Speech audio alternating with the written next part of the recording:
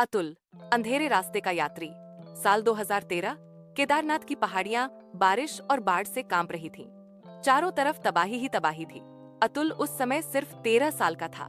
घर टूट चुका था, मवेशी बह गए थे और सबसे बड़ा सदमा, उसके पिता 5 दिन तक लापता रहे। गांव वाले धीरे धीरे मानने लगे थे कि शायद वो लौटकर कभी नहीं आएंगे। मगर 5वें दिन अचानक कोई दरवाजा खटखटाता है। माँ ने कांपते हाथों से दरवाजा खोला। सामने घायल हालत में उसके पिता खड़े थे, पैर टूटा हुआ, खून से लथपथ। उस रात अतुल ने पहली बार अपनी माँ को रोते रोते बेहोश होते देखा। अब कमाने वाला कोई नहीं, घर की जिम्मेदारी एक किशोर बच्चे पर। अगली सुबह अतुल हाथ में रस्सी पकड़े खच्चरों को ले जा रहा था। तीर्थयात्रियों का सामान उसी को ढोना था। पहाड़ की खड़ी चढ़ाई, पथरीले रास्ते और पीठ पर बोझ। लेकिन दिमाग में एक ही सवाल घूम रहा था, क्या जिंदगी ऐसे ही कटेगी? दिन भर खच्चर चलाने के बाद वो रात को लालटेन जलाकर पढ़ता। नींद आंखों से लड़ती, लेकिन किताब बंद करने की हिम्मत नहीं होती। कक्षा 10वीं की परीक्षा आई।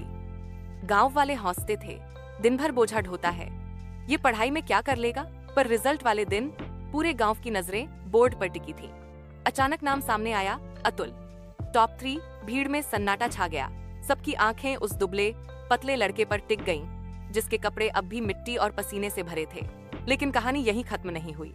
12वीं के बाद उसने बड़ा सपना देखा। ये गांव वाले बोले, अरे ये तो शहर के अमीर बच्चों का सपना है।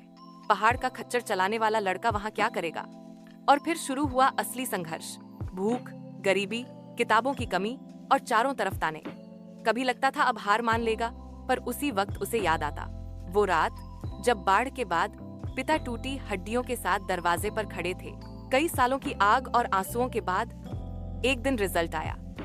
सिस्टम पर उसका नाम चमक रहा था, IIT मद्रास MSc में चयनित। गांव के लोग स्तब्ध रह गए। वो लड़का जो कल तक खच्चरों के साथ चढ़ाई चढ़ता था, आज देश की सबसे बड़ी यूनिवर्सिटी में पहुंच चुका था।